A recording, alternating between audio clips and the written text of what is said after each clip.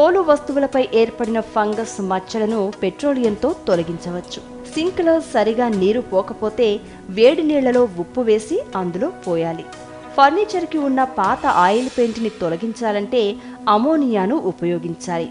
టమాటాలు తాజాగా ఉండాలంటే ఉప్పు కలిపిన నీటిలో వాటిని ఉంచాలి. 2-3 రోజుల వరకు అలాగే తాజాగా ఉండాలంటే ప్రతిరోజు నీటిని మారుస్తూ ఉండాలి. క్యాబేజీ ఉడికేటప్పుడు వాసన రాకుండా ఉండాలంటే బ్రెడ్ బుక్కను ఆ నీటిలో వేస్తే వాసన రాదు. వాము, ధనియాలు, జీలకర్ర సమభాగాలుగా తీసుకుని వేయించి కషాయం కాచి తాగితే వాంతులు కట్టేస్తాయి. బియ్యం డబ్బాలో కొంచెం ఉప్పు పొడిని చల్లితే బియ్యం తాజాగా ఉండడమే కాదు, పురుగు పుట్ర చచ్చిపోతాయి.